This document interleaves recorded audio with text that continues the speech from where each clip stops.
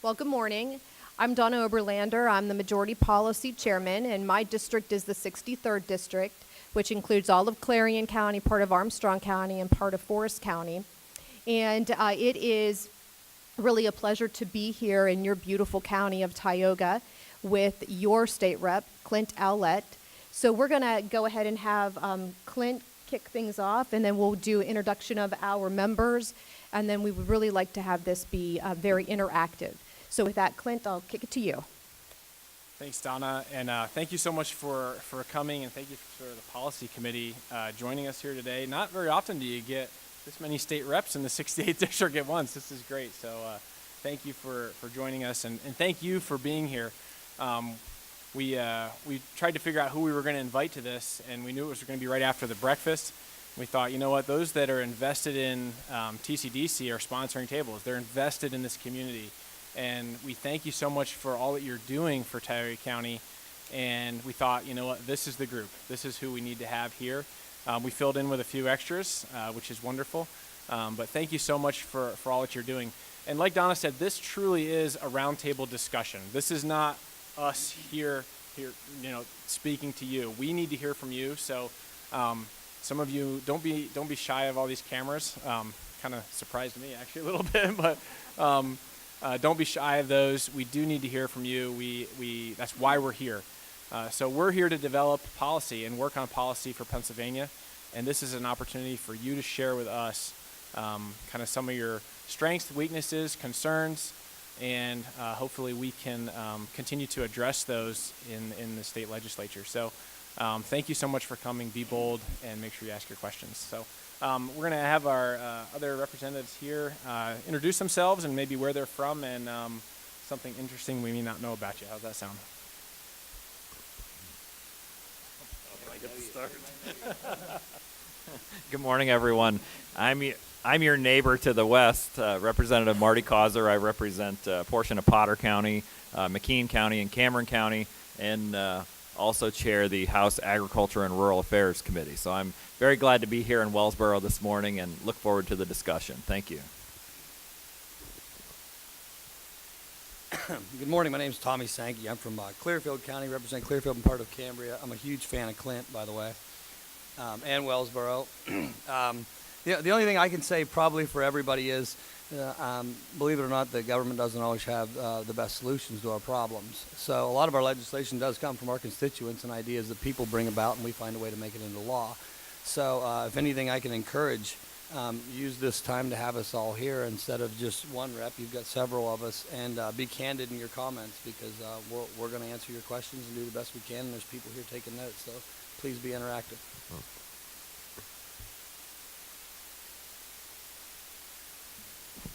Hello, everybody. My name's Eric Nelson. I'm from Westmoreland County.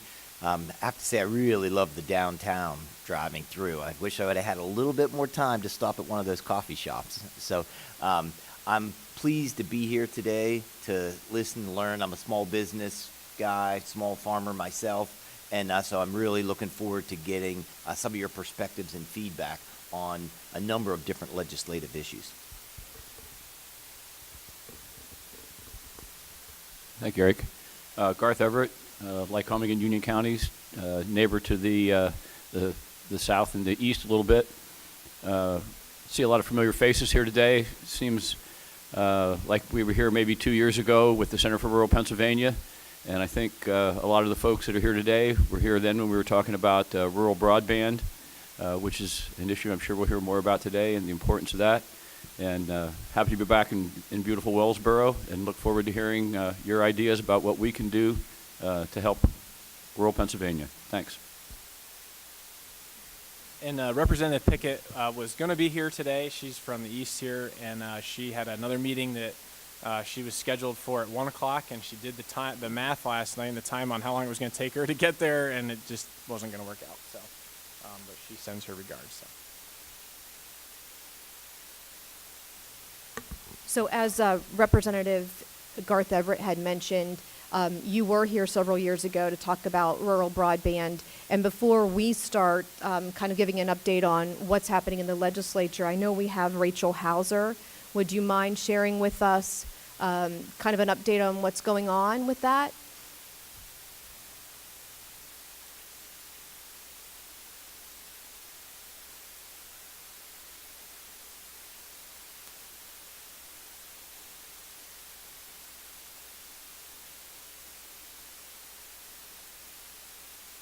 Yep. We're doing a broadband project, but I can't turn a mic on, so. Oops.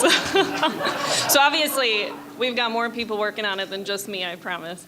My name is Rachel Hauser. I'm the Executive Assistant and Project Specialist at Tri-County Rural Electric Cooperative. So our main office is located right in Mansfield. We serve portions of 7 counties, Tioga, Bradford, Potter, Cameron, Clinton, McKean, and Lycoming. And we don't serve, like, I'll use Tioga County as an example. We don't serve all of Tioga County. We serve the really rural portions of the county. So Mansfield, Wellsboro, some of those core communities are served by other electric providers. So we go beyond that to the residents that live outside of some of those core communities. So kind of that truly extra rural portion of the state. About 4 years ago, our cooperative, through talking with some other cooperatives around the country, started to learn that there are some electric cooperatives throughout the nation that are undertaking broadband development. And the reason that those cooperatives looked into it is they realized that some of these core communities have some decent internet service, some good broadband providers, solid broadband providers, but once you get outside of those core communities and you get to the residential neighborhoods, that service really tends to drop. It's just not available, or there's reliability issues. So cooperatives begin to look into providing the service themselves. And the reason that it seemed like a positive avenue to address the issue is cooperatives own their own poles. So they can string the fiber on their own poles. They don't have to go through pole rental agreements with whoever owns the pole since they own it themselves. And so it really became a way to save money in the process, since that can be a pretty huge undertaking financially. So 3 years ago, we partnered with a company to do a feasibility study to kind of look at our territory, look at the service that was there, address the needs, kind of put all those needs down on paper and figure out, could we actually provide this service? And from that feasibility study, we determined that we could. It's a huge financial undertaking. It involves a lot of work. But one of the biggest needs was going to be some grant funding to offset those costs. So I was hired about 1.5 years ago to work on the project and to pursue some of those grant funds. And so we've been working with the state and the federal government for the last 1.5 years. We participated in the CAF2 auction. At the federal level, we were successful, did well there. And then we also worked with the governor's office on 2 different state programs. We were successful with both of those. So we're currently working through those grant agreements and contracts, and we have begun the engineering of the first part of the system. So we're starting the system in Coudersport over in Potter County for several reasons, one of which being the first grant we received was funding specifically for that area of the state. So that is why we're starting in that part of the territory. And we anticipate, hopefully, starting construction end of this year, beginning of next year. Of course, that's a bit of a moving target as we're getting into a new business, new industry, and then also working through all the engineering, but that is our goal. And I'd be happy to answer any questions. Thank you. Thank you, Rachel. We really appreciate your willingness to share your update. One of the consistent things that we've seen, regardless of where you are in Pennsylvania, that rural broadband is right up there with water and sewer infrastructure. And so you taking that on and working through that is really important. I know we have a quick question from Representative Everett, and we'll turn it over to you.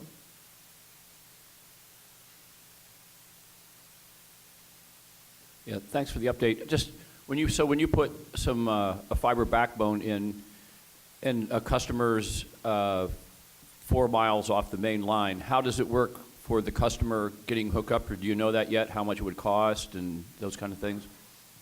So we're still determining that as far as pricing goes for the customer. That's still being determined, but we're building, and I didn't mention this and I probably should have, so this is good for the cooperative itself because it connects all of our substations, which is a really big struggle for us to have communication to our substation. So during an outage, that sort of thing, it's very difficult to know where that outage is without sending people out to each pole.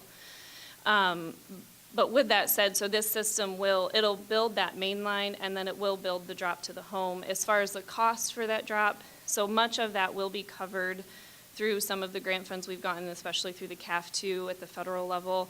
Obviously, we're developing pricing.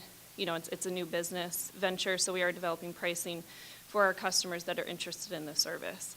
And so we'll only build that drop for those that are interested in it. Yep. Just if you can, maybe expand a little bit on that pricing issue. I wasn't, you hate to get to that end user price, but I know personally, we struggle in Westmoreland County, and in order to get that cable over the hill to our farm, it was about $6,000, between $6,000 or $7,000 that we had to pay.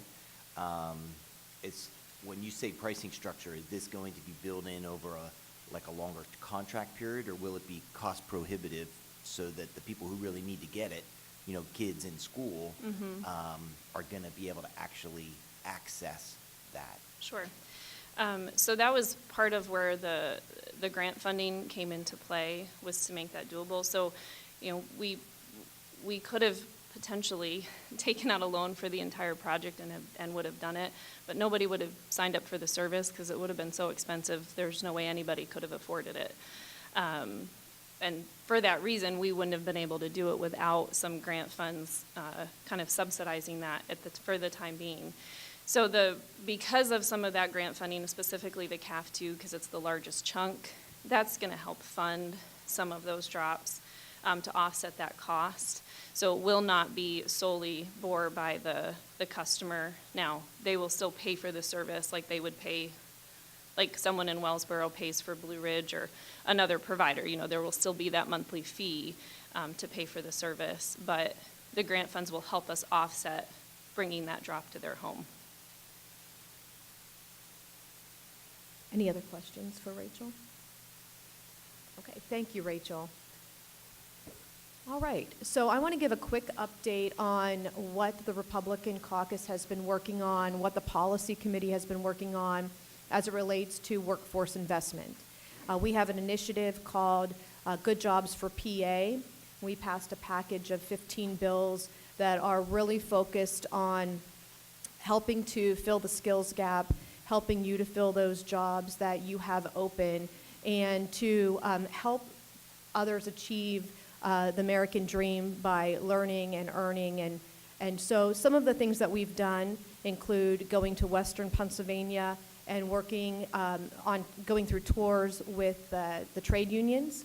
We were at the operating engineers, we were at the building trades, and we were at the steam fitters. And really what we're learning is about the partnerships that have been created that are unique and that are working to fill those jobs. We were then in Philadelphia at Wistar, which is a research institution, and their partnership with the Community College of Philadelphia, and how they are lifting people out of poverty, training them and giving them jobs. They're earning their jobs as lab technicians, research analysts. It's really terrific. And then we had our last tour. Hello, Tad, how are you? Was at the Penn Tech College in Williamsport. And we had a great tour. We went through the dental lab. We were all over the campus, and we finished that tour at Lycoming Engines and talked specifically about the partnership that's been created there. We are interested in those partnerships. We are interested in replicating that across the Commonwealth because we know that you have lots of jobs available, and how do we fill those jobs with good, skilled employees that will stay and help you achieve what you're wanting to achieve, and they achieve what they want to achieve, which is a steady income and a good family sustaining wage. So those are some of the things that we're working on. With that, I'm going to go ahead and kick it out to you. If you want to talk about specific issues, we are open to the discussion. And Ben over here in the corner will kind of, if you're interested, raise your hand, kind of direct to him, and he'll get you up to the mic. Just as we're getting the mic up here, we put it out there to get a list of kind of interesting topics that you want to talk about. Obviously, we probably won't be able to get to everything. So If we don't get to your topic today, make sure that you do reach out. I'd love to talk with you in the office here about that and specifically take that back to the policy committee. So, Okay. Commissioner Coolidge is interested. You go ahead, Commissioner. And while he's getting to the mic, I just want to put a plug in for your representative. We are so thankful that you sent this guy, Representative Owlette, to the House of Representatives. He's been a terrific asset in the short amount of time that he's been there. I know that you already know what a great guy he is. He is one of you. He knows your issues. He knows your concerns, and he's doing a great job for you. So I just want to put that plug in. And Commissioner, go ahead. Thank you, and thank you for being here. And we agree, Clint is a great representative on behalf of our interests in our county, and will do a great job. I want to tag on a little bit with what was just shared in regard to the broadband and rural agriculture. I'm a producer as well, and we need to be current, and we need to be able to compete, both education and any other aspect of connectivity. And the County Commissioners Association, National Association, has this as a topic at every one of our meetings. And the basis for that is, although we are rural, when you go out west, it's really, really rural, and the cost is really exponential. So while we're looking at developing it here, and to the last mile, if you will, the user at the end gets the same kind of opportunity as the middle mile and where everything originates. However, while we're doing this, it was mentioned that like rural electrification took place in its beginning, it is about hearing and understanding what the need is. Furthermore, it is about finding the funding that will make it work. And one more step is the partnerships. The partnerships that help facilitate that connectivity, and they're multiple. And if we are able to build it upon the partnerships, those dollars, and I'll use this word, we use it around here a lot, are invested for a return.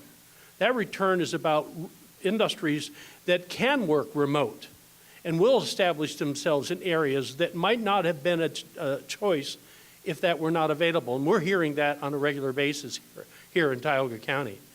So our greenway, our trail, our bike trails, and other investments that we're making, and looking at education, tying into that, building now for the future, I think is really where, if there are dollars going to be made available, trust me, we'll invest them well. Thank you.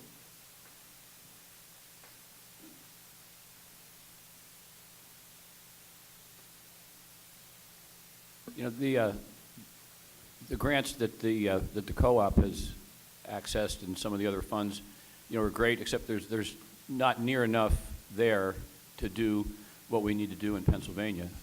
And funding, I mean, the technology exists, funding is the key.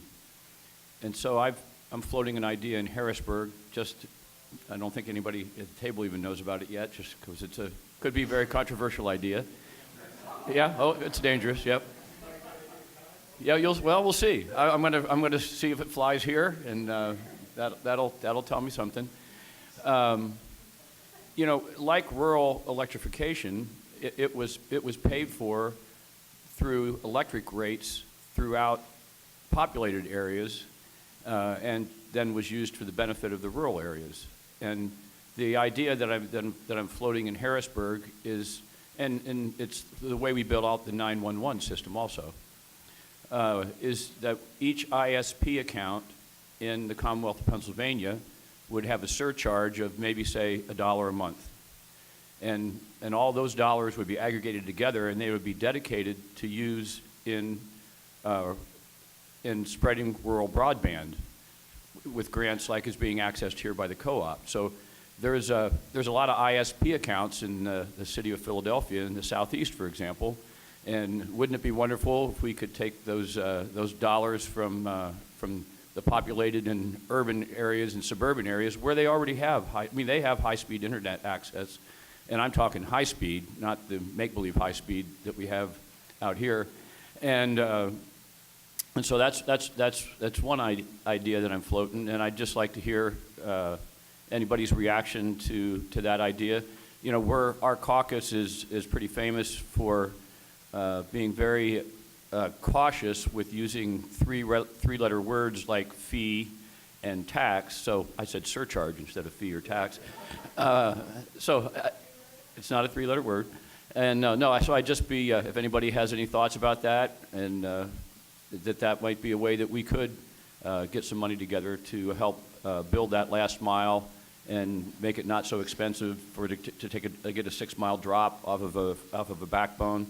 And so I'll just let that out there and see where it goes. Garth Everett's first idea, well, not first idea, but his idea being floated around in the 68th district. This is great. Any feedback on that idea?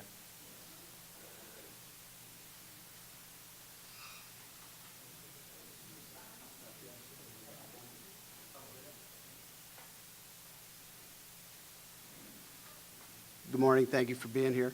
My name's Tom Freeman. I'm a regional manager for Blue Ridge Communication. We're one of those ISPs, so I couldn't just sit there. I don't think that our industry would be opposed to something like that. I think that there are a couple main points that incumbents, if you will, that are out there. And we provide a gig to homes up here in a lot of the areas we serve, so we are a little beyond the Maple Leaf kind of thing, but there are those areas there. I think number one is that we would want to make sure that those dollars don't be used to create competition for what's been done in a private investment, where it already is. They should go to unserved areas. And I don't think that would be a bad thing, as long as they go to unserved markets. And I think that tax incentives for those providers that are out there may be as important as grants to those who may be out there. So while I don't think it's a bad idea, I think you need to be cautious who the dollars go to, and maybe more importantly, where they go. Thank you. Thank you. Representative Causer. Thank you. And I certainly agree with everything that Eric said. You know, the future of rural Pennsylvania really is built on connectivity. We're looking, whether we're in Tioga County or Potter or any of these counties, we're looking for connectivity because that's the future of growth in our area. So the one thing that comes to mind for me first thing is, how do we coordinate the effort? It seems like there's a lot of effort, there's a lot of focus around broadband because it's universally agreed that we need it. There's no question about that. I put together a bill. It doesn't include a fee. So Garth, mine doesn't include a fee. So that's something that I'm certainly open and receptive to. But last year I was invited down to Washington to the White House by the administration to talk about rural broadband and really the president's efforts to try to bring things together and focus on that issue. He had come out with a transportation package, an infrastructure package that included funding for rural broadband across the country. Now his transportation package hasn't moved that far for other issues, I think. But what came out of that meeting was people from all over the country sitting there at the table saying, and each and every one of them saying, we need rural broadband. So, and to sit with the USDA folks, they were at that time significantly putting dollars into rural broadband. And what came to mind for me is, how do we coordinate the effort? Because you've got, at the federal level, the USDA and the U.S. Department of Transportation as agencies putting money forward for rural broadband. At the state level, you've got programs like, the governor has put PennDOT money forward for rural broadband. We've got our RCAP program, and those dollars have gone to Tri-County Rural Electric for the pilot program in Potter County. Now you've got the governor with a proposal to use a severance tax for money for rural broadband. So it just seems like, and back on the federal level, you've got the FCC CAF too. I mean, so there's all these different programs, and it seems like there needs to be some coordination. So I put this bill together calling it the Rural Pennsylvania Broadband Deployment Act to really try to create one fund in Harrisburg where all these resources can go to, and then create a board with all the stakeholders at the table to determine what we should be funding and what we shouldn't be. Because you can have one agency out here looking for funding for this project and that project, and just a really disjointed effort. So I really think that coordination is key, and I think that obviously we can all agree that resources are key. So the more we can coordinate these efforts, the better. And I'm pleased to say that I think everyone sitting here is a co-sponsor of my bill. So so more in line of a comment, but I think coordination is key, and look forward to working with everybody on this issue. Thank you, Madam Chair. Chairman, that is a great point, and I am glad that we're all on that bill. It is really important. It's so important that we actually have bipartisan policy hearings scheduled in different parts of the Commonwealth to learn more about how it's being addressed in other areas. If there are things that we can learn from other areas, we want to learn that so that when we get that coordinated effort, we can help replicate that across this Commonwealth. So thank you for those comments. Do we have anyone else?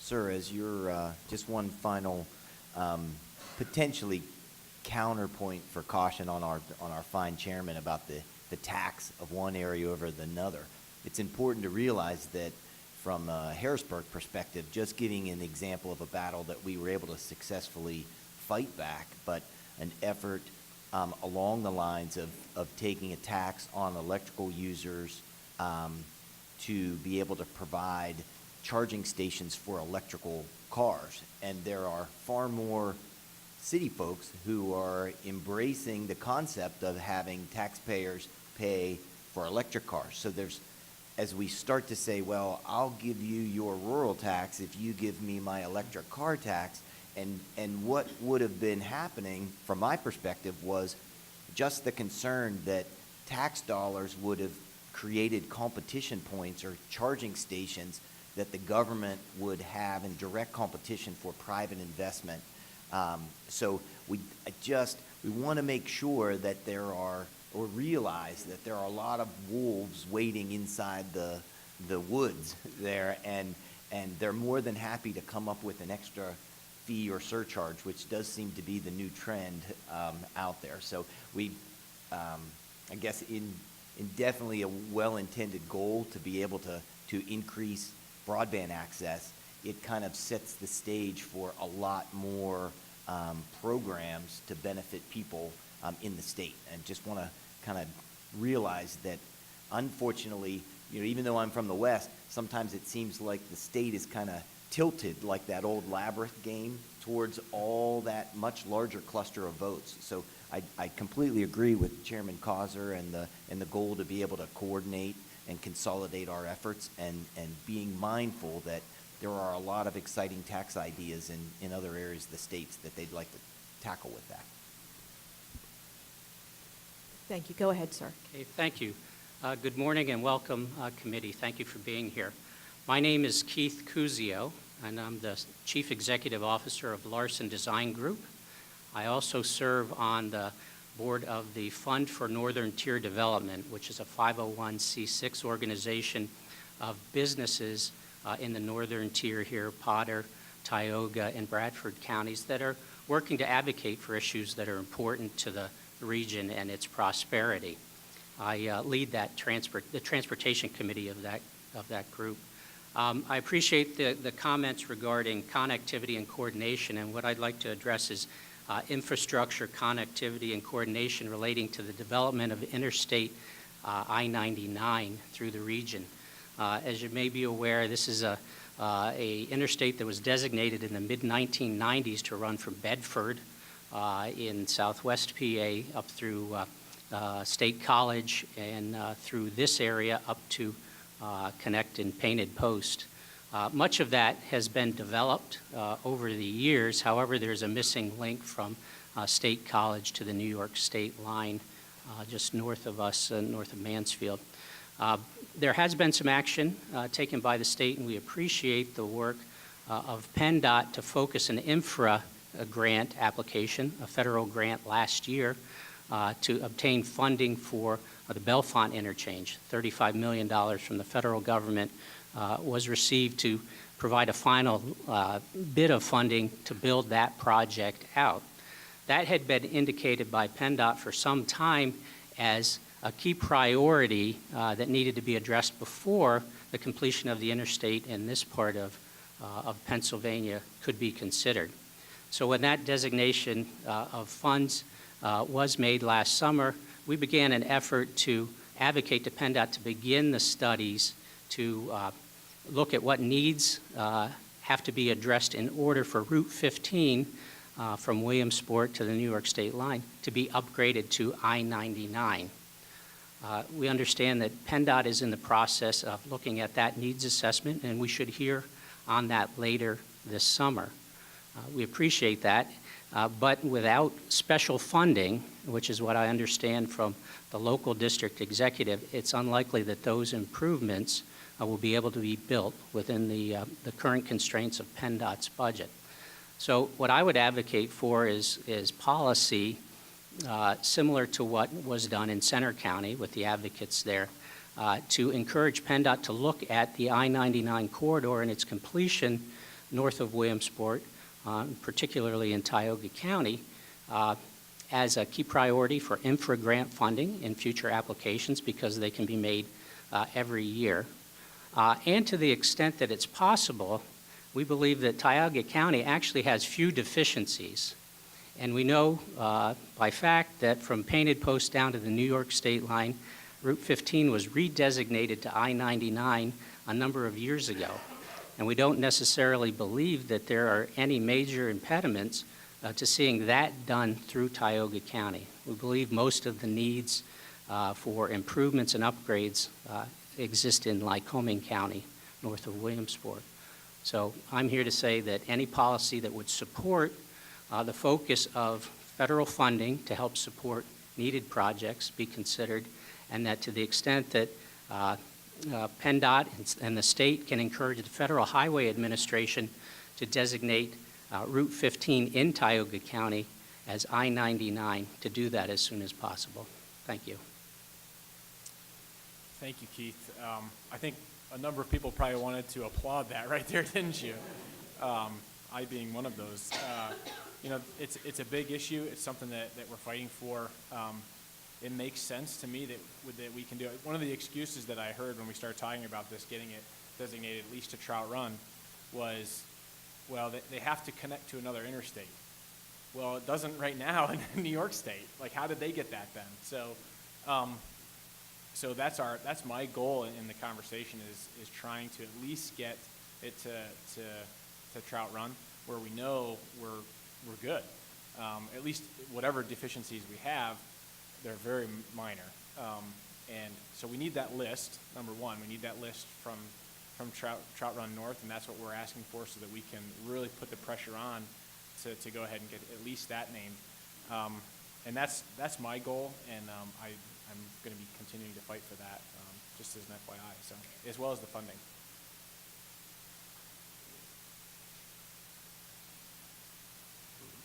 My name is Bob DeCamp. Just wait a minute. Yeah, just a second. And Clint or Keith, where is the gap from Trout Run to where, or that we need to get corrected?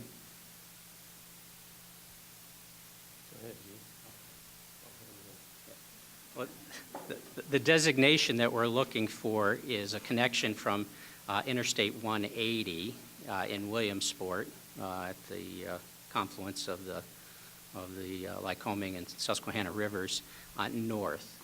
We know that there are some substandard features relative to interstate standards in Lycoming County. The Perryville interchange is one area. There is a local hunting camp access just north of Trout Run, 4 Mile Road, that is another point that is a substandard feature. There may be super elevation, the slope or banking on some curves, some guide rail features, and those are all currently being assessed. The status of the roadway from Williamsport north to the New York state line is being assessed for what needs to be upgraded to interstate standards. We understand that'll be done by the middle of this summer. So the designation right now stops, I know where the sign is, I think, stops at 180 and goes all the way up to the border. We need that whole strip designated? That's what we're being told, is that it needs to connect from one interstate to another. So that would be the terminal points, I-99 at the New York state line and Williamsport at Interstate 180. Okay, thank you.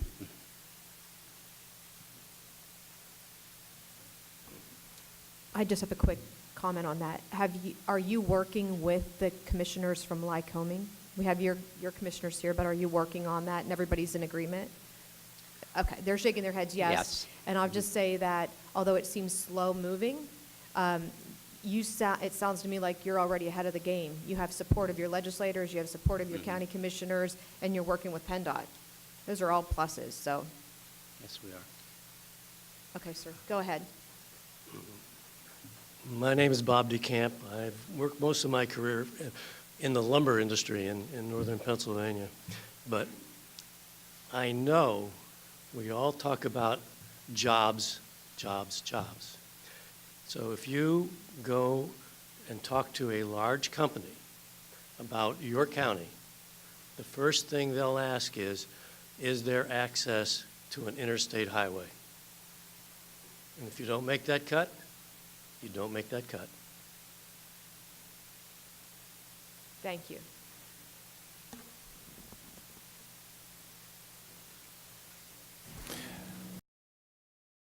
Work with Hunt Engineering, and I'm working with the Bradford County Progress Authority, and I just wanted to offer up an alternate solution to some of the issues. It doesn't work everywhere, but in Bradford County we talk about coordination, and what we've done there is we've focused on the middle mile and sharing the middle mile between communication towers, county buildings, school districts, businesses that want to connect their buildings together in a dark fiber manner, so where they actually provide their own electronics and connect their own buildings.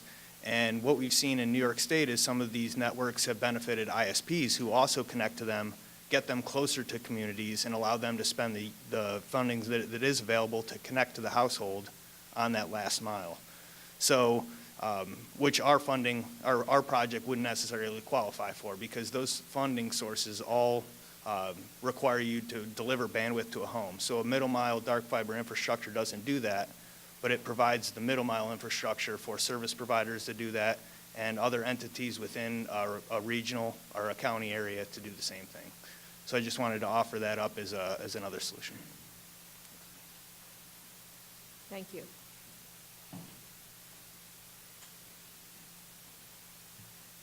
Good morning. Thank you for being here. My name is Aaron Singer.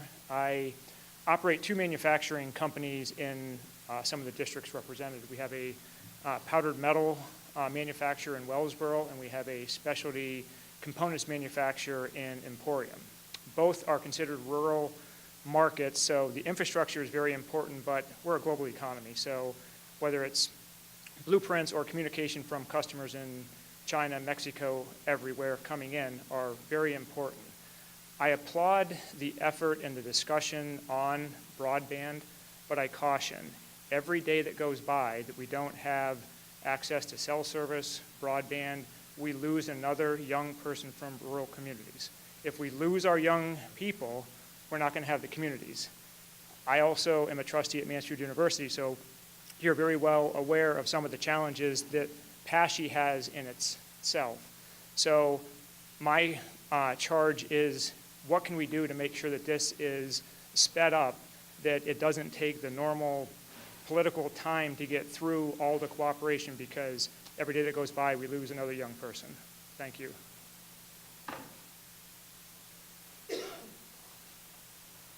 Thank you. Does anyone want to address that? Well, I think, Rachel, you're doing a great job, and continuing to have that coordination will help to speed that up. I, too, am a trustee from one of the state system schools, and certainly understand the challenges that you have. And I think that now is a really great opportunity for us to embrace the challenge and find it to be opportunity.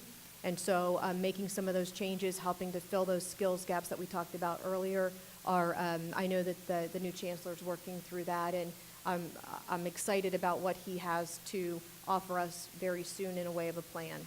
So thank you for your comments.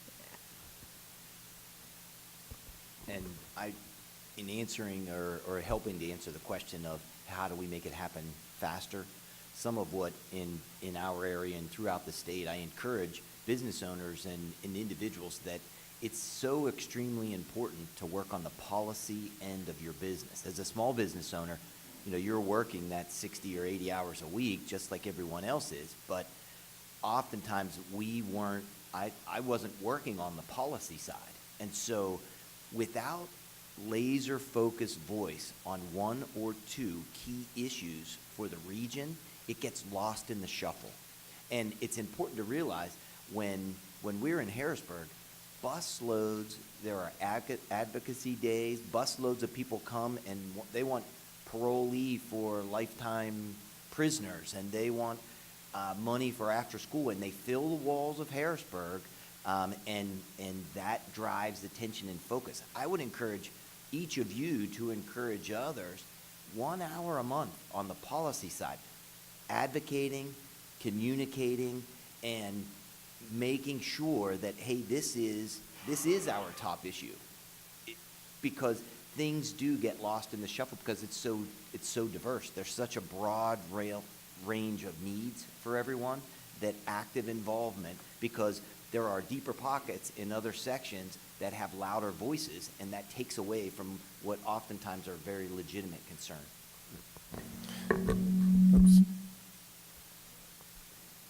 Yeah, I'll just echo what Eric said, is that, as I look down through the list of attendees here, it's a diverse group, but each of you belong to some association, whether it's NFIB, CCAP, School Boards Association, the lumbering, the hardwoods folks. As he just said, that needs to be, this needs to be the number one or the number two thing that you have on your list when you do your advocacy days in Harrisburg, so that, and the rural folks are convinced. Us rural legislators, we get it. But the folks that are from the urban and suburban areas, and even, the folks that live in Wellsboro may not understand because they've got it. But if you drive, as we all know, because I just did it, you drive 5 miles outside of Wellsboro past Coolidge's farm, bam, you're gone. You're off. You're no cell service and no internet out there. So, I mean, that's what you need to do. And it's just like you said. We get advocated, and we're already sold, but we need to concentrate on the urban and suburban legislators who take it for granted that everybody in Pennsylvania has cell service and high-speed internet. So we need to concentrate our fire on this specific issue, and I'm not saying it's the only rural issue, but it certainly is one that's very important right now, and that's the way that you can speed this process up. Thank you. I had a question. Ryan, you talked a little bit about what Bradford County is doing. I'm in a really cool spot. I serve Bradford County and Tioga County and part of Potter County. So we have the project going on with Tri-County, and then we have what you guys are doing. I mean, it's a different model, different idea, which is great. So I'm really looking forward to see, how that works out. But I had a question for you. With your model that you're doing, will that address some of the cell phone issues in service for some of those? Because that's really where we're seeing a lot of the middle mile or cell phone issues are in that middle mile. Will it address that? Yes. So the opportunity is out there to the cell carriers, and we're having conversations with them. The motive. If you can come up to the microphone, that would be great. Sorry. You're okay. So we are having conversations with the cell carriers, and they are interested to some degree. But one thing you have to understand is their operating area is so large that for them to, Bradford County can look at their county with borders. Verizon has to look at the whole country. So their effort to put focus on certain areas is just always going to be the same. But we've made contacts with them, and we're going to try to continue to get them into the area further, deeper than where they already are. And especially with 5G coming, we feel like the network that we're going to build, they're going to need more antennas. And they can place them anywhere on the county along the fiber line. lease from us, and it makes it easier for them. We talk about speeding things up. If the middle mile infrastructure is there, it definitely speeds things up. Thank you. I think that there's also, this is a good opportunity to kind of share some of the things that are occurring at the state level in terms of looking at the infrastructure that the state owns, that they would be able to partner with the private-public partnership, allowing them to use those buildings, those towers, those things like that. As county commissioner some time ago, we dealt with this with the 911, the 911. And sometimes, well, number one, it's not a cookie cutter. What you have here is different than what I have in Clarion County. Your terrain is different, your topography is different, your what you have is different. And so sometimes you have to tailor that. Maybe it's a microwave, maybe it's a some actual hard structure, some soft structure. So I think those are the things that the state needs to help give opportunity to use some of that infrastructure. And they are working through that. I have to give kudos to both the Center for Rural PA and for the Cooperative Extension in working together. So this is a priority, and hopefully that helps to speed everything up. Anybody else have any comments or questions?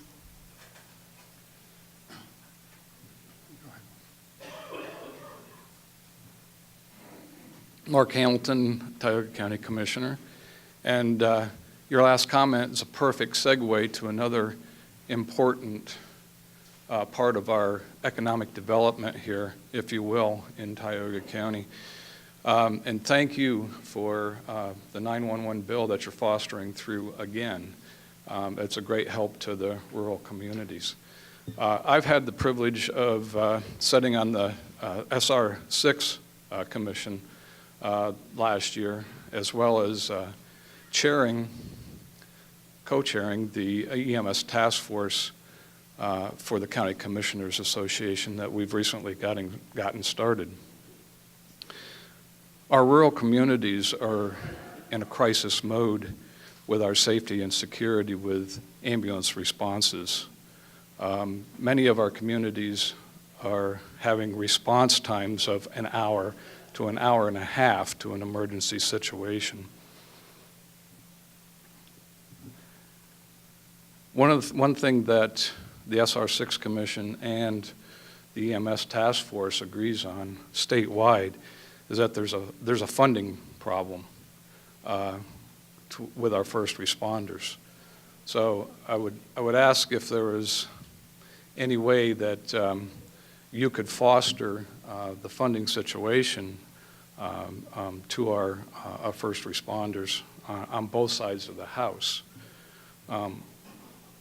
Our problem is not with apparatus, but it's with our volunteers, particularly in our county and many rural areas. We've burnt out our volunteers, but we don't have enough call volume to be able to pay people to take those responses. So that would be one issue. The other issue is that we have so many different response models across the state that, as you well know, very seldom does one size fit all. And I think we need to take a look at how we can ease the burden on some of our rural initiatives to get that response out there. And I believe there's several different ways. We need to come up with some new models. And there's an initiative nationwide that's starting right now called ET3 that would help some funding and get some different folks to be able to work together to get that funding to start a new model. So I would look at, my question is, how can we get some new types of models started? And one thought that would be, can we come up with a model, such as the fire side of the house, is working with something that they call standard of cover, where if you don't have a high rise in your district, you don't have to train to that standard. You don't have to have the same standard of cover. We have nothing like that on the EMS side of the house. And my thought is, can we work into a model, something maybe similar to what they've done with the critical access care hospitals across the state, where you can have some relaxed standards in the rural areas to get these volunteers to be able to respond. I think we need, just bear with me one more time, I also think we need to take a look at some legislative fixes. And the best way for me to explain this is maybe by giving you a couple of examples. I'm familiar with a scenario that recently we had a flight paramedic that volunteers on a rural ambulance, got on the ambulance, they had a qualified driver. They got out the door in about 3 minutes to a heart attack victim. By the time they got that victim to another paramedic and got them to the hospital, they had a pulse. They saved this person's life. But at the end of that call, they did not have what they term a qualified crew. So they were not able to bill for saving that person's life. On the opposite end of the spectrum, we've also had, not too far from here, a call where there was a paramedic on scene and was sitting with that person, but we did not have an ambulance that would respond without a qualified crew. That paramedic did all they could do to save that person's life, but sat there for 45 minutes and watched that person die. Because somebody had to make a decision whether they were going to get paid for a qualified crew or save a person's life. There's a couple of legislative fixes that could happen that could correct that situation. So my question is, do you have any ideas at this time how you can help us? Thank you, Commissioner. As was mentioned earlier, we're all rural representatives, and so we agree with you that this is a crisis and it is critical. And Chairman Causer has really been on the front lines, and he's going to talk a little bit about what's happening. Thank you, Commissioner, for your service on the SR6 Commission. That the work of that commission has been very valuable for us, and we appreciate that. And as Chairman Oberlander said, EMS really is in a state of crisis, both EMS and fire, to be honest with you. And we are committed to doing what we can at the state level to try to help. And I think that we've made some progress in that regard. And the County Commissioners Association has been very supportive of these efforts. We know that it comes down to two things: a lack of funding for the agencies and a lack of personnel. Those are what all the different challenges center around. And on the funding side of things, you all know that resources are finite, but we have placed a priority on funding for our EMS and fire agencies. We provide an annual grant program. And what we have found is that many of the agencies are struggling with low reimbursements from medical assistance. And so last year, I sponsored a bill, co-sponsored by everyone sitting here, that would boost reimbursements for EMS agencies specifically. And we were able to provide a 50% increase in the reimbursements for ambulance services. So I think that that's something that will help our agencies a great deal, and just went into effect back on January 1st. So, so that's of help. We are committed to doing whatever we can to help our EMS agencies, including a bill that we passed last year to also reimburse ambulance services when they respond to a call, provide treatment, and then don't necessarily transport the patient to the hospital. because in the past they've been providing a service, providing treatment, and then not being able to be reimbursed for that service. And now in Pennsylvania they can be. So that's a significant help for our EMS agencies. But I'm telling you that there's definitely more to be done, and we are committed to that. An issue that you brought up is minimum staffing for these agencies and government regulations that dictate what a proper crew is responding on an ambulance service. Clint and I were at a meeting in Coudersport here a few weeks ago. I guess it was a couple months ago. Time flies. Talking about these issues with the Potter County EMS and fire services, and that issue came up immediately because there are situations where crews are not meeting the minimum standards, but we still need them to respond.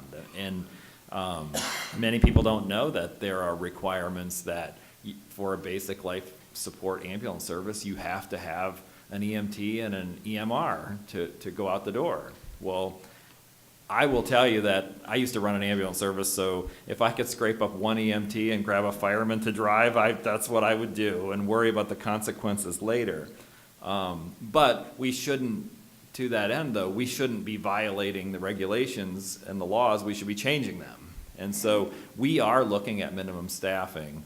The problem that we have with that is Pennsylvania several years ago adopted the federal standards for EMS training. And so when we adopted those, the federal standards say you need an EMT and an EMR to respond to a basic life support call. And you need a paramedic and an EMT for minimum staffing for an advanced life support ambulance. Well, I'm telling you, in rural Pennsylvania, that's difficult. And our number of paramedics is going down, our number of EMTs is going down, and we need to look at those minimum standards, because if in rural PA we can get an EMT and a qualified driver to take the ambulance, that's what we need to be doing. So, and I know that the Bureau of EMS and the Department of Health is working on some proposals right now, and as rural legislators, we're committed to working with them on this to really help our rural EMS services. So I hope I've answered your question, but it's something that we're definitely working on and look forward to working with the county commissioners to tackle. Thank you.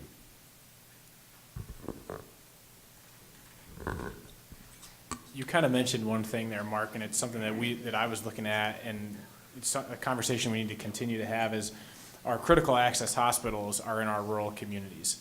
So one way that we could possibly look at this is, could standards or qualifications for a crew be different if you are in a critical access hospital county? So that would be one way, trying to look at regulations maybe a little bit different, because we have different challenges. So that's something that we're looking at that, to me, that makes sense. So, and thank you for championing this. I mean, this has been a hot topic, and I really appreciate it. So, Thank you. Go ahead, sir. Thank you for being here. My name's Al Quimby. I'm wearing a couple different hats today. I want to talk maybe a little bit different perspective on the rural broadband issue. I work for an internet service provider. We're a regional provider. Blue Ridge happens to be one of our partners. I live in Wellsboro. I've been in the industry for 20 plus years. I'm also the chairman of the Tioga County Development Corporation, and we're very interested in economic development. And one of the things I see when you talk about rural Pennsylvania and rural internet, we actually, so I'll just use Tioga County as an example because I live here and I'm very familiar with what we have here. In Gailton, Wellsboro, Mansfield, on over through Troy, Tunkhannock, wherever Blue Ridge Service is, they're offering 1 gig speeds on broadband, commercial, residential. We can also do dedicated fiber for high speeds. So when you're talking about rural broadband, when I think about the lack of rural broadband, I'm thinking in areas, particularly Tioga County, say Westfield, where I know they don't have good broadband, but I know that along, in some of the major towns, we do have good broadband. And I think when you're talking about the rural broadband in rural PA, if I'm a investor or developer and I live, say, in South Carolina and I'm looking to put something in the Northeast, and I hear all these conversations about there's no broadband in rural PA. And so from that perspective, when I look at rural PA, I'm looking at probably north of 80. What I'm hearing is there's no internet north of 80. So I guess what I'm suggesting with this conversation is we also need to advertise where we do have it available. And one of the problems is, she mentioned there's, we're all from different areas and we all have different infrastructure. There's really no good map or database that shows what's where. So we don't know what we don't know. And I think that should be a good starting point, is trying to figure out what we do have and what we don't have, and then we can have a good qualified conversation and be able to go after grant money for those pockets where it's not available. So that's just a kind of a different perspective from the economic development. We want to be advertising that in north central Pennsylvania, we do have good internet in a lot of locations. It's not a global problem that we don't have it everywhere. So just a different perspective. Thank you.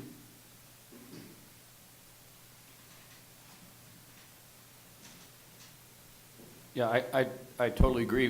There's an article in the Center Daily Times today about the lack of internet. And, when you're in State College, obviously, you're going to have great internet. But if you go into Penn Hill School District, just outside of State College, it's like you're in Westfield, or I can pick any other little town that's outside of a town that has, that has high speed. So, but I get what you're saying. We don't need to paint the whole area with a broad brush that, that we're all, hicks living up in a hollow someplace that, you know what I mean? But as far as a propagation map, Center for Rural Pennsylvania is doing a study with Penn State, and I'll give all the information to everybody again to put out in their email newsletters to get out to people to take the high-speed internet test so that we can show where the areas are that are lacking and where the areas are that do have high-speed internet. And I think if you go, and I'll get the site to you, the Center for Rural Pennsylvania has a link to this, to the Penn State study that shows where the areas that are really lacking and where the areas that have good high-speed internet are. And maybe if people want to mix that in with their advertising for their areas when they're trying to bring business in, that might be helpful. Thanks. Al, that's a great point. I think we do have to be careful on our communication. And just so you know, that's something I'm working on in my office, is just for the 68th district here, mapping out because people call our office all the time. I mean, that are frustrated with different types of service in the area or whatever. And just the other day, I took a phone call from a gentleman that was frustrated with his service, and I rattled off 3 other options for him, that he had no idea about. So we're developing that in our office to, when people call, we have a resource available that shows what's going on in the 68th district. As far as hicks that live in hollows, Sankey said he's one of them. You do not have internet. One of the things I was curious about, that maybe switch the conversation a little bit here, maybe I can put Dr. Barnes and Dr. Freeman on the spot a little bit. I would love to, we talk about career and technical education. We talked a lot about that the last month in Harrisburg. Could you give us an update on what you're doing and how you're doing? Because Tioga County is approaching this a little bit differently than other parts of the state, and I thought maybe that would be not only interesting for the panel, but then also for the other folks that are here this morning. And Rachel, I'm sorry, if you wanted to say something, you can go ahead. I was just going to say that Al and I were talking earlier about, what he just said, and I think he makes a really good point. So one, I guess, benefit that we have as a cooperative is we're member-owned, so if our members aren't happy, we're not happy. So we have a really good relationship with our members, so it's enabled us to talk to them about what kind of service they have. And actually, when we first started looking at the opportunity we looked at what if we built off of our system into Wellsboro, but we looked at it and we said it doesn't make sense. They have good service. And so I think he makes a really good point that there is maybe an information gap that's really hard to bridge with, who in northern Pennsylvania doesn't truly have good internet versus, the communities that do. And so that's something that I can just kind of echo what Al was saying. Thank you.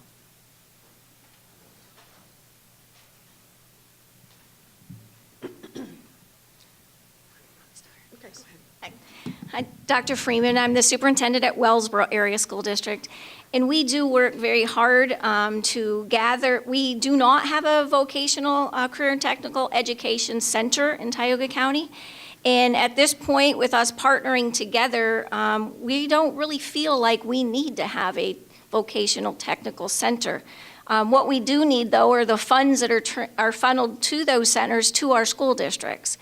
We have met through assistance with commissioners as well in business and industry to partner to see what are the needs of our community, because our students are the future employees of the county, and we want our students to stay here, and they want to stay here. So we've partnered together, all 3 school districts in Tioga County, and we're saying, what can we offer to our students so when you have a Tioga County graduate, you know what you're getting as an employer. So one of the things that we're piloting right now is we've just started an aviation program. And we've partnered with American Airlines. So people say we're rural and talk about infrastructure, and we have a local small community airport.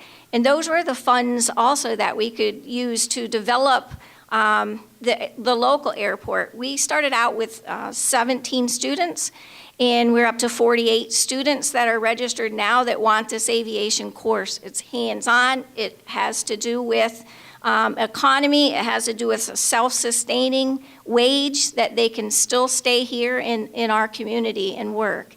We do have local pilots from American Airlines who live in our community and travel to work. So they choose to live here.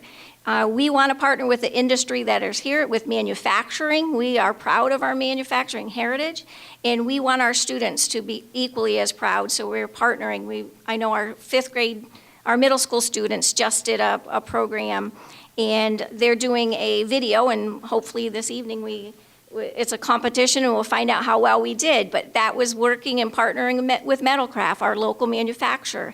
Students are getting into the businesses and seeing what is needed. So it begins here, it begins with us, but some of those funds need to be channeled back to our school districts because we do not have an opportunity of having a career and technical center in our area. Do you want to add to that? I'm Dr. Barnes, Superintendent of Northern Tioga. I would agree with Brenda heartily. In addition to what we're doing is we're reevaluating the pathway to a diploma within our school district, which is happening pretty much statewide. I'm sure those of you in other counties have heard of the same thing. But the idea is that a student has a multi-avenue approach to a diploma depending on what they see in their future. There are those who are ready to graduate and simply go into the workforce, and we respect that. That's important. Okay, we do need a workforce. So how do we approach the diploma? Well, there's some soft skills, personal finance, different things that we prepare for them so that they're ready to go out into the workforce and go to work immediately. For those who choose to go to a technical school, a trade school, a 2-year school, whatever that might look like, how do we provide opportunities that make them ready to do that? What are the skills, basically in math, mostly in math, and English, using the language, okay? How do we provide for them so that they're ready to do that? And obviously, we've always had the college prep approach anyways. So school districts are looking at that, and how do we vary that approach to the diploma, depending on what is the need of the student. A lot of push is coming from the state, which of course we're doing, is getting our students out into the businesses and looking at the different careers. Excuse me, I'm so sorry. We're blessed in that local businesses, the hospitals, whomever, are very open and willing to work and talk with us. So those relationships are growing. They're very important to us. While we don't have a CTC center, I think that is okay. It would be very expensive to do here, and then staffing them is a nightmare. I'll be very honest with you. staffing our schools becomes a challenge. Not everybody wants to come north of 80 and teach, okay? Generally, we have to grow them at home, which is okay, that's wonderful. But how do we, what was I saying? God, I love All the partnerships. all the partnerships that we're having are helping us to get the students out into those businesses or services that are available here, and then focusing when they go to the hospital. Look, it isn't just a doctor, it isn't just a nurse, but there's a business end to the hospital, okay? There's a mechanical maintenance end to that. So how do we approach all of that, giving them a varied approach so that I could work here, I could do that. I hope that helps, Clint. Yeah, that's great. And there's a lot of local businesses here that you're working with, and I would just encourage anybody else that's here that's interested in this to talk to these ladies, because what they're doing is phenomenal for connecting students with business. One of the bills that we passed as part of our package focused on giving a tax credit to employers that want to do just what you're talking about doing. And I was a co-sponsor on that, and that would be a phenomenal piece of legislation to get through that would help exactly what you're talking about. So, and maybe there's some other questions on how this works. Go ahead. Well, can I say one more thing? Because you are rural, and I know that you do care and work very hard, all of you, for rural communities. Another thing that you can do is support that House Bill 526 in the cyber charter industry, because that takes so much funding. People are under the impression that cyber charter school is free. Cyber charter school is not free, and cyber charters are private industry, not public education. So what we're doing is funneling taxpayer money into private education. And I know just in our district, we're almost at $400,000 a year that goes out of our county to students who are attending underperforming cyber charter schools, and we have our own cyber charter curriculum. So, If I may share just some figures with you, because we were down visiting Harrisburg, gosh, about a month ago. Between the 4 school districts that were in front with Clint, it was Gailton, Northern Tioga, Canton, and Troy, okay? And in the last 9 years, these 4 districts have spent $14 million. I'll say it one more time. $14 million in cyber charter school tuition that is initially taken right off the top of our subsidies, okay? When you divide that by 4 districts, that's about $3.5 million over those 4 years. That's expensive to us. We can't continue to do that. We just cannot continue to do that. So we're hoping there's some support for that bill that says if we have a comparable cyber charter option, that if the parents choose to go outside of the district, then the parents must pay that tuition. That's a huge savings for us, and I will repeat that they're underperforming schools. When we experience those students coming back to our districts, research has shown, and it's nationally shown, that pretty much for math, they have lost 180 days of math instruction. That's an entire school year. And then we are charged with the responsibility of bringing them back up and catching them up, and I will tell you, that's an added expense as well. So. Thank you, ladies. We appreciate that information. I will just let you know that the House has passed a comprehensive charter school omnibus bill consistently over the past several terms. I do believe that this year we will see that package in pieces, and hopefully we'll see some positive changes. I also want to just make a quick comment about how refreshing what you're talking about and making those partnerships and educating your students to fill those positions is, and that's what I love about rural PA, in that we see a problem, we approach it in a way that fixes what the problem is, and so I want to make sure that when you talk about needing funding for those programs from CTE, we've been informed that you are able to, as a comprehensive high school that offers the technical education, that you're able to get that funding. So if you need our help to, make your way through that labyrinth, we're happy to do that. But That's what we're seeing all across the Commonwealth, is that you see a problem, you approach it with your businesses, with your chamber, with your local elected officials, and you're making positive changes for your students. I will also let you know that consistently we've been against the high-stake testing, the Keystone exams, which do not teach your children to be critical thinkers, lifelong learners, and that's what we're about. That's what you're about. Thank you. Thank you. Thank We you. appreciate that very much. Hi. I think you're a breath of fresh air, too. I think I'd have more comments than anything to add to it, because it makes me feel good that you're, typically when you hear doctor in academia, you don't necessarily, the next words don't always come out saying we need to get these kids into the workforce faster. So, you know, we've had a lot of these hearings on this issue, and I'm dating myself way back to 1999 when I graduated high school. I went to college. I have a 4-year degree, and not that any of it's wasted, but I'm 38 and still paying for it. And my wife has probably 20 more years of student loans because she decided to better herself at grad school.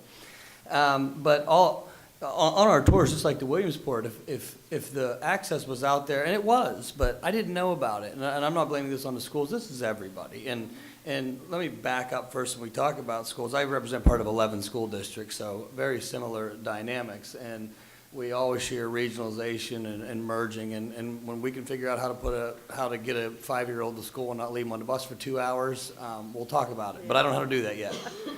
But all of us are always in a battle for our hold harmless dollars. If you have an easier solution to keep our schools open, fine, but we have to battle for that money, because just as you say with the cyber charters, as a brick and mortar building, you have fixed costs that aren't going away regardless if there's less kids in there or not. Right. So we're sometimes the governor comes up with some fair funding formulas, but we always like to ask fair to who, because one of the proposals, every school district I represent lost money. Well, I can't come back home and say I supported that, even if it's more overall dollars. So everybody here has their backs against the wall constantly. We can talk about policy when we get there, but I'm not going home with less money for my school, and that goes for all of us. But getting people out and getting them out faster, I'm not saying that it's all one size fits all, but encouraging those students in school that there are more options. If I started again, I'd probably go to Penn College and major in plastics or polymer, because it seems like these 22-year-old kids are making more money than me. But because they are, but I never I never knew about those options because it wasn't pushed, and they're not pinpointing my school, but like many others, the newspaper published that Tommy Sankey was going to St. Francis. They didn't publish that John Smith was joining the operating engineers and is going to be making more money than me while I'm still in school.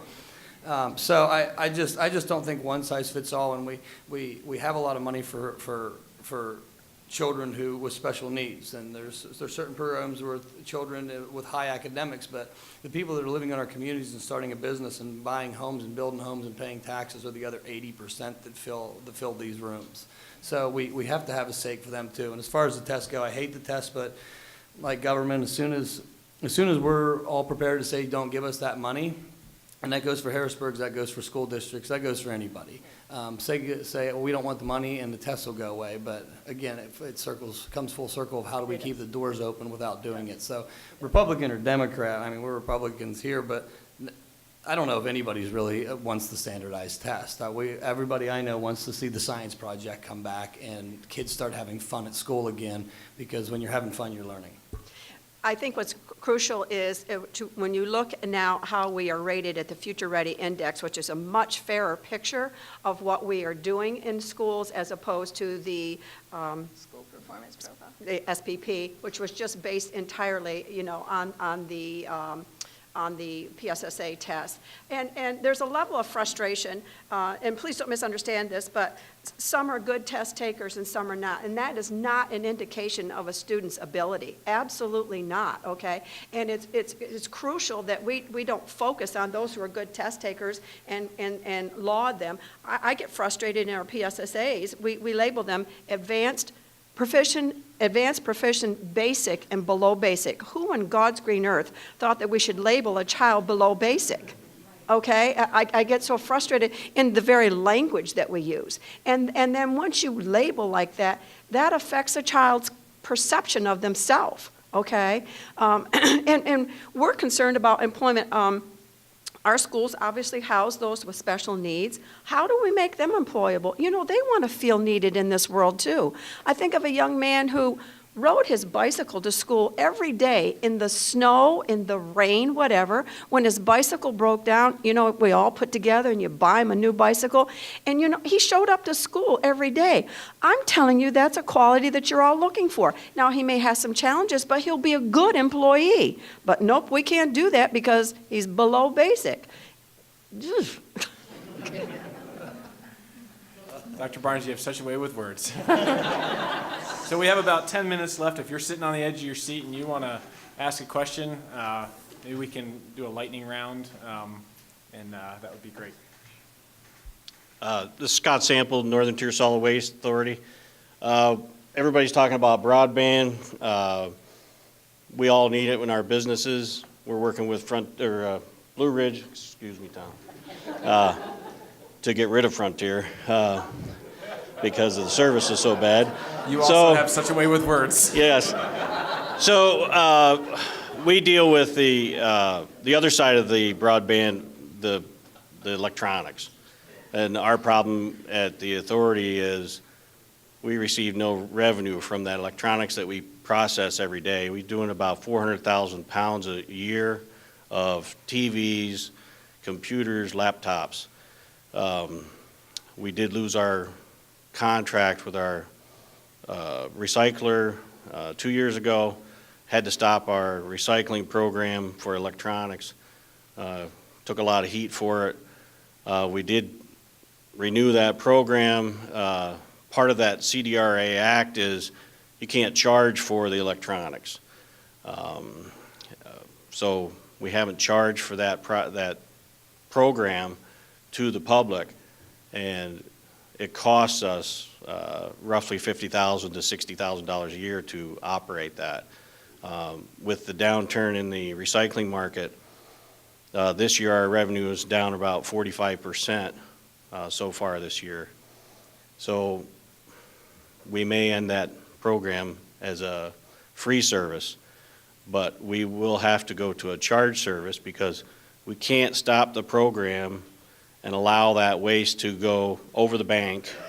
As you know, in the rural communities, that's where it ends up. So something needs to be done with the legislation that's out there. There has been bills presented in the past. A couple years ago, they had a pretty decent one that had a surcharge, as Garth says, when you purchase your new electronic. It was a 0.5% tax, basically, on an electronic device, which then that would generate from their estimated amounts about $14 million a year. That would go out to each county. They would distribute that to each county. Last I heard, there were probably 8 to a dozen recycling facilities that accepted electronics in the state. I don't know if that number's changed or not. I'm not sure what you're doing in Cambria County, or I know some of those have stopped recycling electronics altogether. East of here, I know they did in Carbondale, their whole recycling program is stopped. So recycling's pretty tough. We do get grant money for it, but we subsidize most of our recycling operation with the landfill side of our business. So I don't know if you have any thoughts on that part of broadband electronics. I don't have the solution. I live in Clearfield County. We don't even have it anymore, and we still have a solid waste authority, which is just as much volunteer as it is. And we've had major issues with it because you're stuck with the mandate versus how do I pay for it. And the previous chair of environmental resources was from Allegheny County, and they have a county recycling program.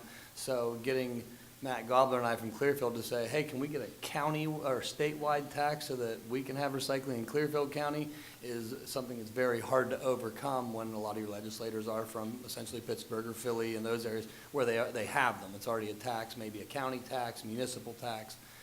program. So it's been an obstacle to overcome, and I'll candidly say I don't have the answer yet. And there's bills that are floating, but the bills that have been floated don't have the consensus or the votes to get us to where we need to be yet. But we have an ever-growing problem, the same thing. My dad owns a pretty good chunk of land, and you can get down the old stripping roads, as we call them, and see that people were throwing their TVs and everything else. I haven't dumped on my property, too. And we don't have the money for enforcement. We don't have a program for them.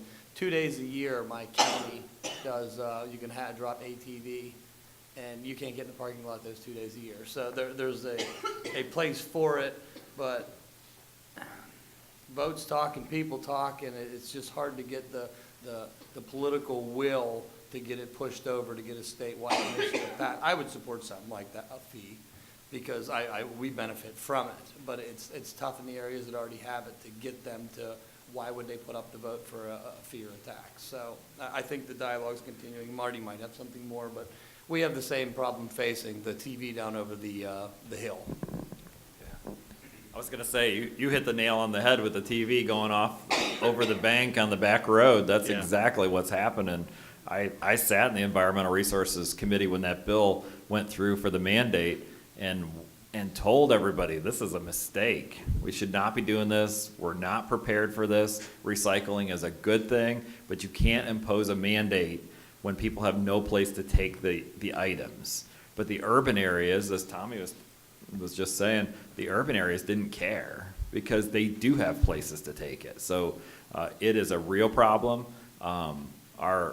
I still serve on the environmental committee, and our committee is looking at recycling as a whole, and that's one of the issues that we're looking to tackle. So I don't have any direct answers for you either, but we know that it's a problem, and it's one that we're looking to tackle. Well, there is a tax. I mean, Act 101 fees go towards the recycling fund. But it's not sufficient to handle the problem. Those fees have been around for a long time. Yes, they've been around a long time. So we pay into that, but then we can't only ask for recycling grant money every other year. So I pay in, I shouldn't say I pay in, the authority pays in roughly $250,000 a year, but then I'll be able to go every other year, get $300,000 or $350,000, but we pay in. If I could keep that money, we could fund our own, but then that leaves the counties that don't have a landfill in their county out.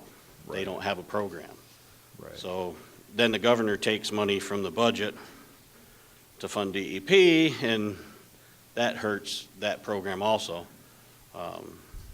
We could talk about DEP the rest of the day. Yeah, don't get me started on that. Thank you very much. Thank you for raising the issue, though. Yes, thank you for bringing the issue up. Clint, do you want to change the subject? Do we have time for one more, maybe? Yes, sure, we have one. Oh, boy. Time for one more. Never mind, we're good. I'm Craig Owlett, and I have a farm supply business right just outside of Wellsboro. I'm also a recovering addict of the dairy farm business about 40 years. I put into that and gave it up about almost 20 years ago now. I'd just like to put a plug in for the School to Work program.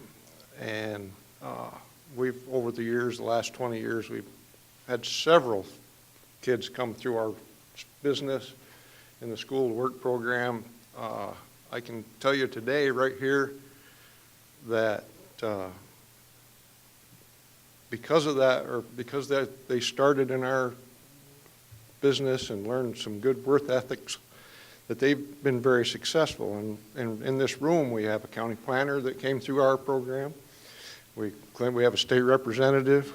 We have a rural student, or a rural teacher of the year for the whole nation that went through our program. I have a diesel mechanic that's making $40 an hour right now that went through our program from the Northern Tioga School District. And the kid that's working for us right now today is from the Northern Tioga School District, and he's landed a job at Corning Incorporated, and they're going to pay for his college education. So the School to Work program is a very, very good program that needs to be supported. And all those kids started at minimum wage, and they're all making a very good wage now. So just to plug in about minimum wage, but.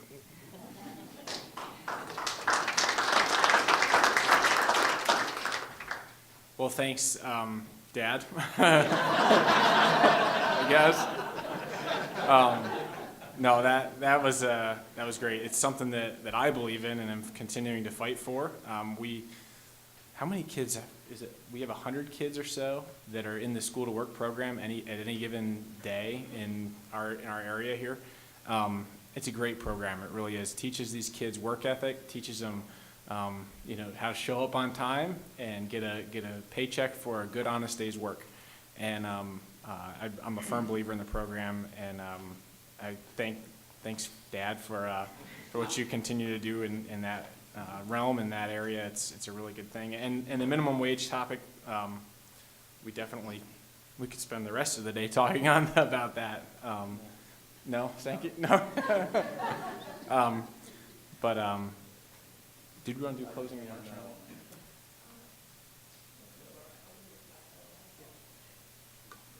Okay, so we're going to go ahead and wrap it up. It's almost noon, and I just want to thank all of you for coming out. Thank you for your interactive participation. Thank you for your willingness to make the time today. We really appreciate hearing from you. Thank you to the commissioners for your hospitality, and for you, Clint, for allowing us to bring this policy roundtable here. I also want to just take a moment and thank all of these members for coming. They've come from a long way, some of them not so far. But it's because we care about your issues and we care about rural Pennsylvania. I also want to just put a plug in for the video and IT staff. These folks do an awesome job, and we really appreciate them being here. And then, of course, my staff, Ben and Jen and Michelle, who helped to coordinate this, and Clint's staff, who has been really interactive and participating. And then, of course, Penn Wells Hotel for allowing us to be here today and taking good care of us. So with all of that, thank you. We'll look forward to, if you have questions or concerns that were not brought up, talk to Clint. Yes, definitely. Come talk to me if we didn't get to it. The one thing that I just wanted to give a shout out to Mansfield University. We have a new president that's going to be joining this group, hopefully. I mean, soon we'll be welcoming him, and I would ask that you welcome him with open arms and get him engaged in our community. I know he wants to. So I'm looking forward to that, and if there's anything else that we can do for you, there's a lot of topics we didn't get to, so make sure that you come in, talk to me. My door's always open. Look forward to continuing to develop policies that are beneficial for rural Pennsylvania.